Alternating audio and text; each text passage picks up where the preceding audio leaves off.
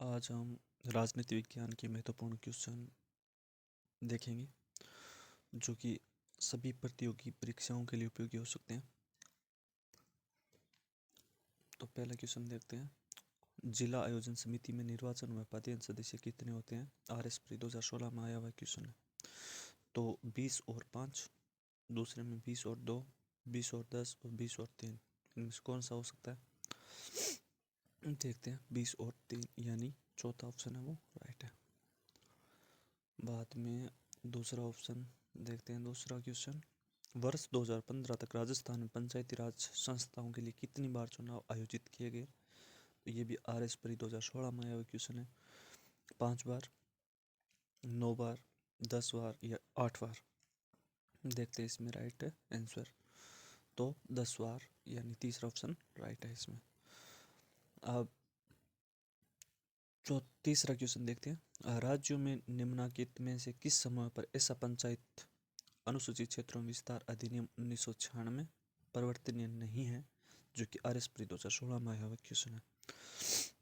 तो इसमें कौन सा? असम, मेघालय, तमिलनाडु, राजस्थान, तेलंगाना, महाराष्ट्र या फिर हिमाचल प्रदेश, गुजरात, छत्तीसगढ़ या फिर आंध्र प्रदेश, झारखंड, उड़ीसा। इनमें से कौन सा हो सकता है?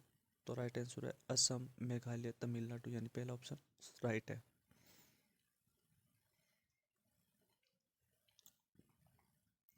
चौथा क्वेश्चन देखते हैं। संविधान में कौन सा भाग पंचायत से संबंधित है? RS 2013 में आया हुआ क्वेश्चन है।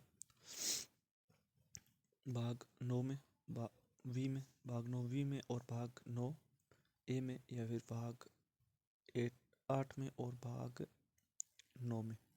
तो कौन सा हो सकता है? भाग 9 में यानी चौथा लास्ट ऑप्शन सही है।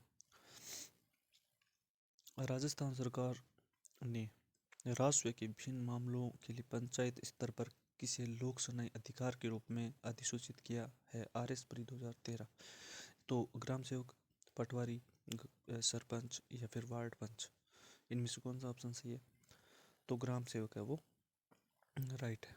राजस्थान सरकार ने राष्ट्र के विभिन्न मामलों के लिए पंचायत स्तर पर किसे लोक सुनवाई अधिकार के रूप में अधिसूचित किया? तो ये ग्राम सेवक है। और छठा क्वेश्चन है। निम्नलिखित कथनों में से कौन सा कथन सही है? कौन सा सही है इसमें देखना है। 74वें संशोधन का संबंध 74वें संशोधन का संबंध नगर पालिका अर्थात शहरी भारत के स्थानीय स्वशासन की संस्थाओं के साथ है। या फिर दूसरा है, संविधान के अनुच्छेद 243 से 243 ये तक यह है, यानी 243 ZC तक नगर पालिकाओं से जुड़े विभिन्न उपबंध किए गए हैं। तो इनमें से दोनों में से कौन सा राइट होगा? तो देखते हैं। इसमें राइट है 1 और 2 दोनों है, यानी तीसरा ऑप्शन है वो राइट है। पहला और दूसरा दोनों राइट है, यानी 74वें संशोधन का संबंध नगर पालिकाओं अर्थात शहरी भारत के स्थानीय स्वशासन की संस्थाओं के साथ है। दूसरा, संविधान के अनुच्छेद ये दे रखे हैं जो कि नगर पालिकाओं से जुड़े विभिन्न उपबंध किए गए। ये एक बार देख लेना। और उसके बाद में 7वां ऑप्शन देखते हैं। क्वेश्चन, राजस्थान में ग्राम सभा बनती है। RS 2013 का क्वेश्चन है। ग्राम पंचायत के निर्वाचित सदस्यों से, ग्राम पंचायत की कार्यकारी समिति से या फिर ग्राम पंचायत सर्किल में आने वाले गांवों के पंजीकृत मतदाताओं से या पंचायत सर्किल में आने वाले गांवों के सभी निवासियों से। तो इनमें से कौन सा राइट हो सकता है? तो इनमें पंचायत सर्किल में आने वाले गांवों के पंजीकृत मतदाताओं से सही है, हो सकता है। पंचायत सर्किल में आने वाले गांवों की पंजीकृत मतदाताओं से मतलब बनती है। तो 8वां क्वेश्चन है। पंचायती राज संस्थाओं के मध्यवर्ती स्तर पर संबंधित राज्यों में त्रुटिपूर्ण युग्म को पहचानिए। RS 2013 का क्वेश्चन है। क्षेत्र समिति उत्तर प्रदेश, पंचायत यूनियन काउंसिल तमिलनाडु और तालुका पंचायत गुजरात और पंचायत समिति मध्य प्रदेश। तो इसका जो आंसर है वो कौन सा है? तो तालुका पंचायत गुजरात इसका आंसर राइट है। अनुसूचित जनजाति का दर्जा RS 2012 का क्वेश्चन है। अनुसूचित जाति का जो दर्जा है वो हिंदू तक सीमित है या फिर धर्मनिष्ठ के तटस्थ है और हिंदू ईसाइयों तक सीमित है या फिर हिंदू या मुस्लिम तक सीमित है। तो इनमें से जो राइट आंसर है वो कौन सा है? राइट आंसर देखते हैं, धर्मनिष्ठ से तटस्थ। ठीक है, दूसरा ऑप्शन सही है। और 10वां क्वेश्चन देखते हैं, पंचायतों को संवैधानिक दर्जा प्रदान किया गया। RS 2007 का क्वेश्चन है। पंचायतों को संवैधानिक दर्जा प्रदान किया गया, कब किया गया? अनुच्छेद 266 के अंतर्गत, अनुच्छेद 243 के अंतर्गत, अनुच्छेद 239 के अंतर्गत, अनुच्छेद 219 के अंतर्गत। तो इसमें राइट कौन सा है? पंचायतों को संवैधानिक दर्जा प्रदान किया गया था अनुच्छेद 243 के अंतर्गत। निम्नलिखित कथनों में कौन सा कथन सही है? तो ये देखते हैं, नगर पालिकाओं के अंतर्गत 3 स्तरों की चर्चा की गई है, नगर पंचायत, नगर पालिका, परिषद तथा नगर निगम। तो पहले होगी नगर पंचायत, नगर पालिका, नगर परिषद और नगर निगम।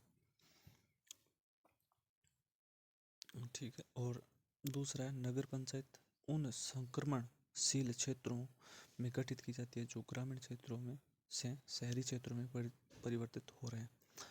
तो इनमें से कौन सा राइट है? यानी ये दोनों राइट है आंसर। नगर पालिकाओं के अंतर्गत 3 स्तरों पर चर्चा की गई है, जैसे नगर पंचायत, नगर पालिका, परिषद तथा नगर निगम।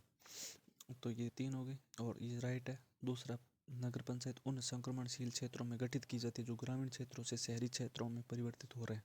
तो दोनों ही राइट है इसमें। अब देखते हैं 12वां क्वेश्चन।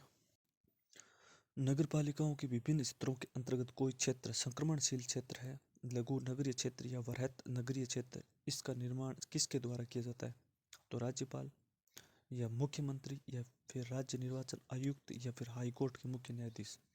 तो इनमें कौन सा सही हो सकता है? देखते हैं इसमें, राज्यपाल, यानी जो पहला आंसर है वो राइट है। निम्नलिखित कथनों में से कौन सा कथन सही है? प्रत्येक नगर पालिका क्षेत्र को पारदर्शिक निर्वाचन क्षेत्रों में बांटा जाएगा। ऐसे प्रत्येक निर्वाचन क्षेत्र को वार्ड नाम से जाना जाएगा। और नगर पालिका के अध्यक्ष का चुनाव किसी रीति से होगा, ये तय करने की शक्ति राज्यपाल को मतलब राज्यपाल ही इसमें मतलब कर सकता है। तो इसमें देखते पहला सही है या दूसरा या फिर तीसरा या फिर चौथा। तो इसमें केवल 2 राइट है, यानी नगर पालिका के अध्यक्ष का चुनाव किसी रीति से होगा, ये तय करने की शक्ति सिर्फ राज्यपाल को ही होगी, यानी दूसरा राइट आंसर 13वें में। और 14वां क्वेश्चन देखते हैं।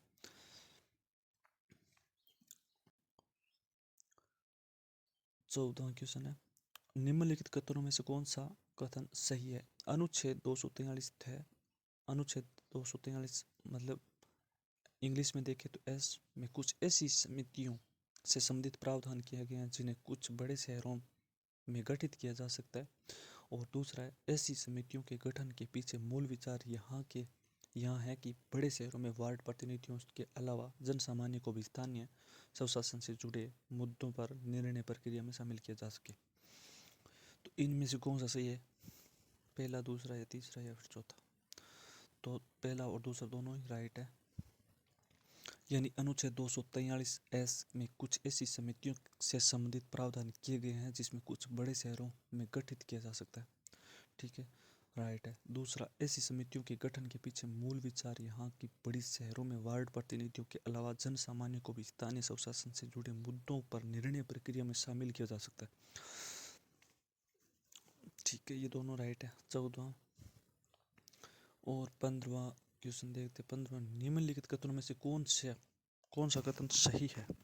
तो राज्यपाल लोक अधिसूचना द्वारा किसी नगरीय क्षेत्र या उसके किसी भाग को औद्योगिक नगरी घोषित कर सकता है। औद्योगिक नगरी घोषित किए गए क्षेत्रों में किसी नगर पालिका का गठन नहीं किया जा सकेगा। तो इसमें राइट आंसर कौन सा है, पहला या दूसरा? ये दोनों ही राइट आंसर है, यानी निम्नलिखित कथनों में कौन सा कथन सही है? तो राज्यपाल लोक अधिसूचना द्वारा किसी नगरीय क्षेत्र या उसके किसी भाग को औद्योगिक नगरी घोषित कर सकता है। तो राज्यपाल की शक्ति है दूसरी, औद्योगिक नगरी घोषित किए गए क्षेत्रों में किसी नगर पालिका का गठन नहीं किया जा सकेगा। तो ये भी राइट है। अब देखते हैं 16वां क्वेश्चन, यानी अनुच्छेद 243 टी का संबंध है किससे? तो नगरपालिकाओं में आरक्षण से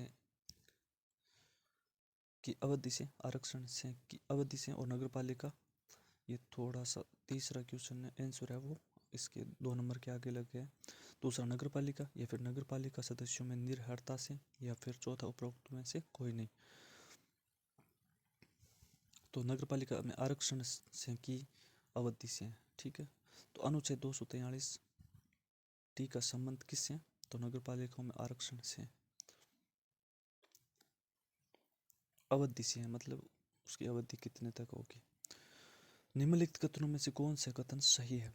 तो 17वां क्वेश्चन है, तो सभी राज्यों में प्रत्येक जिले के स्तर पर एक जिला योजना समिति का गठन किया जाएगा। प्रत्येक जिला योजना समिति के अध्यक्ष का दायित्व होगा कि वह समिति द्वारा अनुशंसित विकास योजना राज्य सरकार को भेजे। तो इसमें जो आंसर राइट है वो कौन सा है? पहला और दूसरा दोनों राइट है, पहला और दूसरा दोनों राइट है, यानी सभी राज्यों में प्रत्येक जिले के स्तर पर एक जिला योजना समिति का गठन किया जाएगा। और दूसरा, प्रत्येक जिला योजना समिति के अध्यक्ष का दायित्व होगा कि वह समिति द्वारा अनुशासित विकास योजना राज्य सरकार को भेजे। तो इसमें दोनों राइट है 17वें में। और 18वां क्वेश्चन देखते हैं, महानगर योजना समिति के कितने, 18वां क्वेश्चन है, महानगर योजना समिति के कितने स्थान ऐसे हैं व्यक्तियों को देना तय किया गया जो नगरपालिका या पंचायत के निर्वाचन सदस्य हैं? तो 2/3 यानी 2/3, या फिर 1/4 1/4, 1/3 1/3, या फिर आधा 1/2। तो इस क्वेश्चन देख लेते हैं, महानगर योजना समिति के कितने स्थान ऐसे व्यक्तियों को देना तय किया गया है जो नगरपालिका या पंचायत के निर्वाचित सदस्य है? तो इसमें आंसर राइट है 2/3 यानी 2/3 है। तो इसमें यह 2/3 है, यानी पहला आंसर राइट है। अब और 19वां क्वेश्चन देखते हैं, निम्नलिखित में से कौन सा कथन सही है? यानी राज्य के लिए गठित वित्त आयोग पंचायतों के साथ साथ नगरपालिकाओं की वित्तीय स्थिति का पुनर्विलोकन करेगा। विलोकन थोड़ा गलत है शब्द, विलोचन करेगा। और दूसरा है, राज्य निर्वाचन आयोग का प्रमुख कार्य नगरपालिकाओं के सभी चुनावों के लिए मतदाता सूची तैयार करना। यानी पहला राइट है या दूसरा राइट है, या फिर दोनों राइट है? देखते हैं, पहला और दूसरा दोनों राइट है, पहला और दूसरा, यानी राज्य के लिए गठित वित्त आयोग पंचायतों के साथ साथ नगरपालिकाओं की वित्तीय स्थिति का पुनर्विलोचन करेगा। दूसरा है, राज्य निर्वाचन आयोग का प्रमुख कार्य नगरपालिकाओं के सभी चुनावों के लिए मतदाता सूची तैयार करना। तो ये दोनों ही राइट है। और आज के हमारे क्वेश्चन है वो कंप्लीट हो गए, 19 क्वेश्चन थे। और आगे भी हम इसी सीरीज में और क्वेश्चन भी लेके आएंगे जो कि सभी प्रतियोगी परीक्षाओं के लिए महत्वपूर्ण है। और यूपीएससी और आरएस और जो भी स्टेट पीसीएस है उसके लिए सभी प्रतियोगी परीक्षाओं के लिए वैसे उपयोगी है।